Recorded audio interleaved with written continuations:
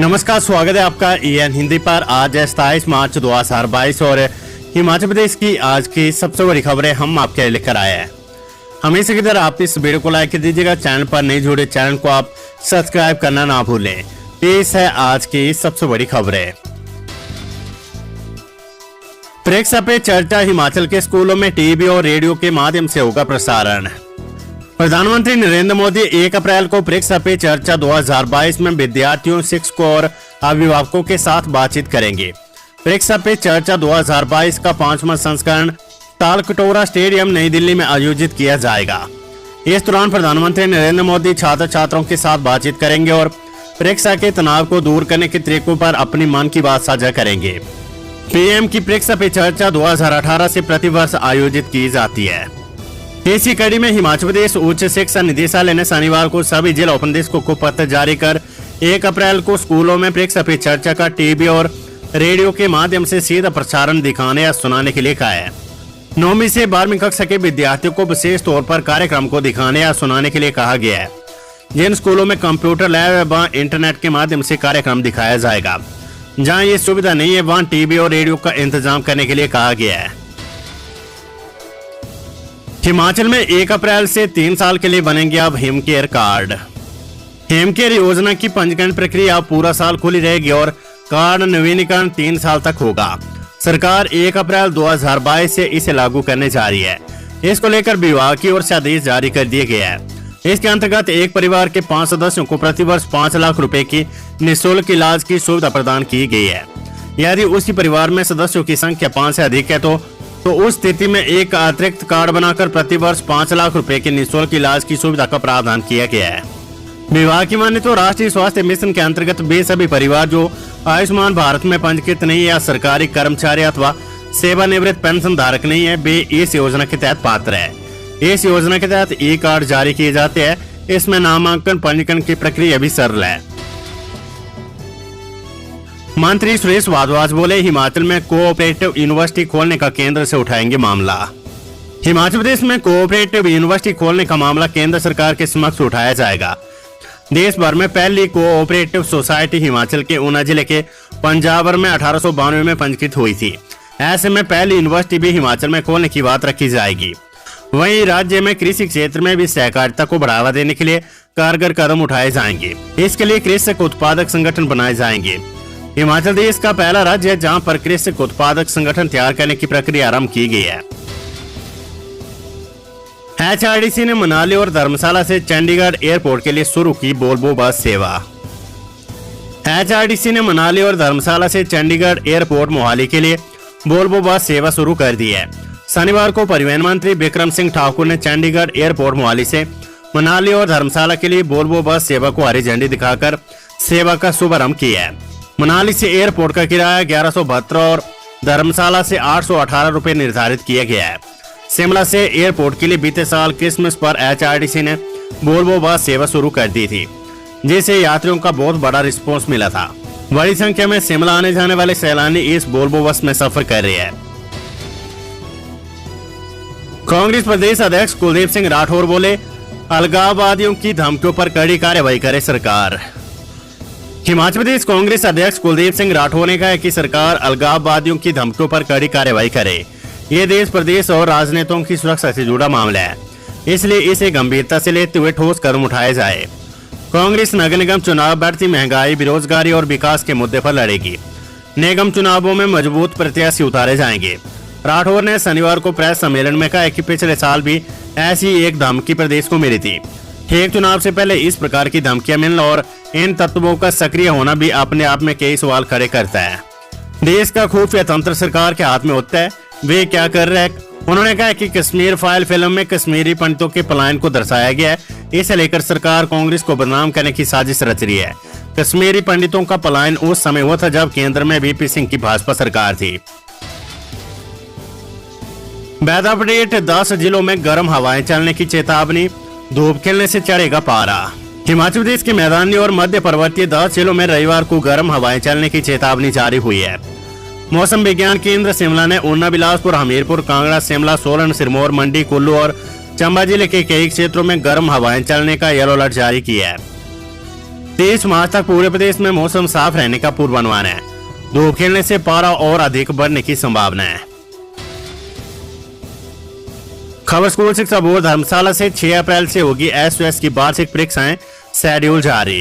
Himachal Pradesh school शिक्षा board अप्रैल माह में एसओएस की 8वीं, 10वीं और 12वीं कक्षा की वार्षिक परीक्षाओं का संचालन करेगा। बोर्ड ने इन परीक्षाओं का शेड्यूल जारी कर दिया है। शेड्यूल के अनुसार 8वीं की परीक्षाएं 7 अप्रैल से 18 अप्रैल तक होगी, 10वीं की परीक्षाएं 7 अप्रैल से 20 और 12वीं कक्षा की परीक्षाएं 6 अप्रैल से 28 अप्रैल तक सायंकालीन सत्र में 2:45 बजे से 5 बजे तक होगी।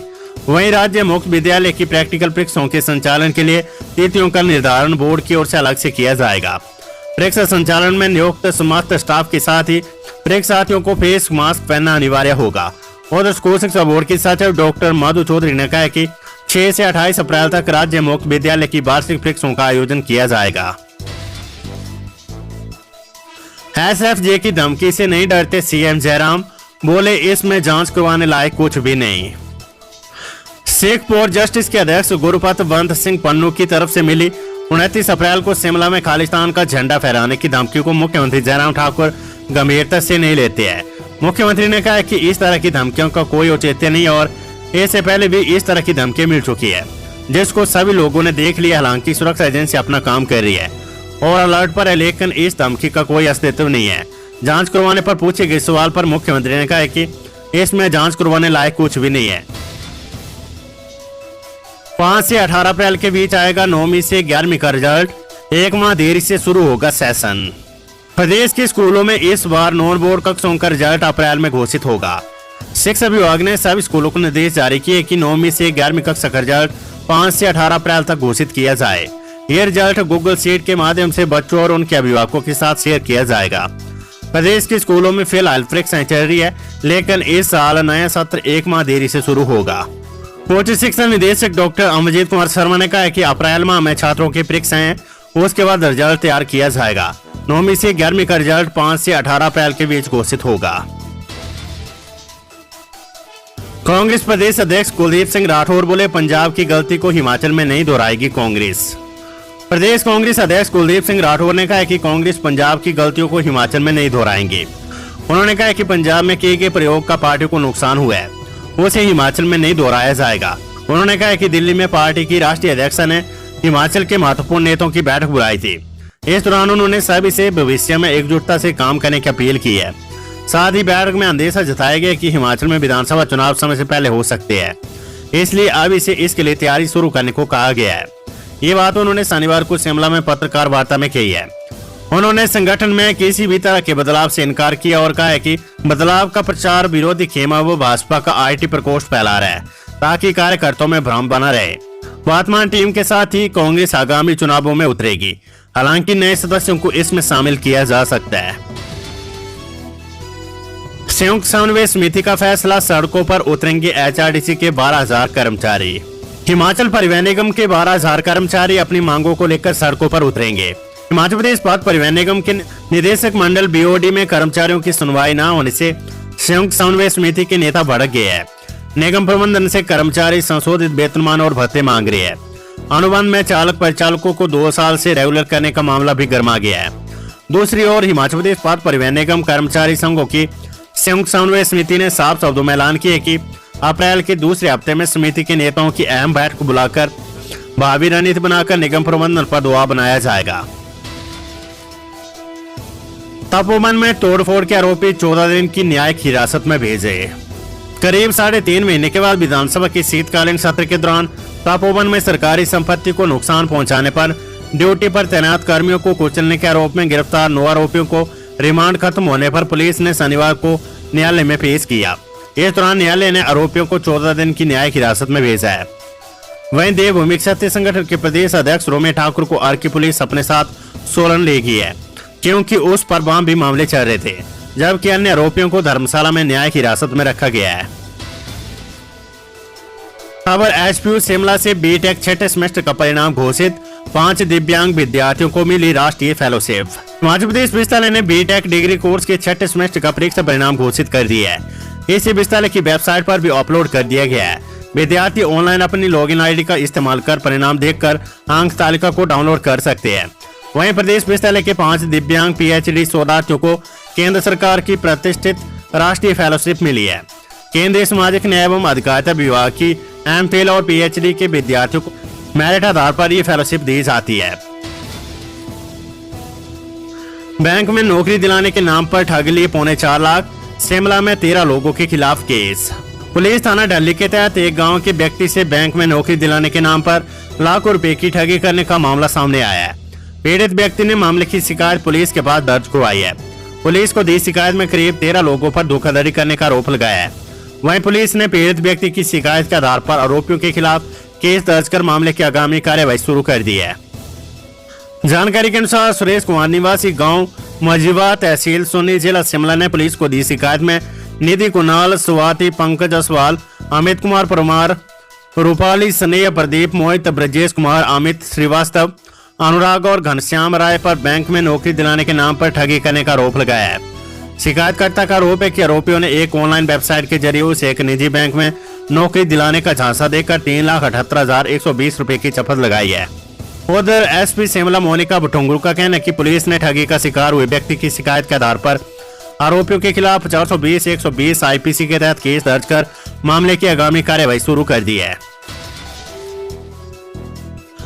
मंडी में आम आदमी पार्टी की रैली, खोली जीप में शक्ति प्रदर्शन करेंगे अरविंद केजरीवाल और भगवंत मान।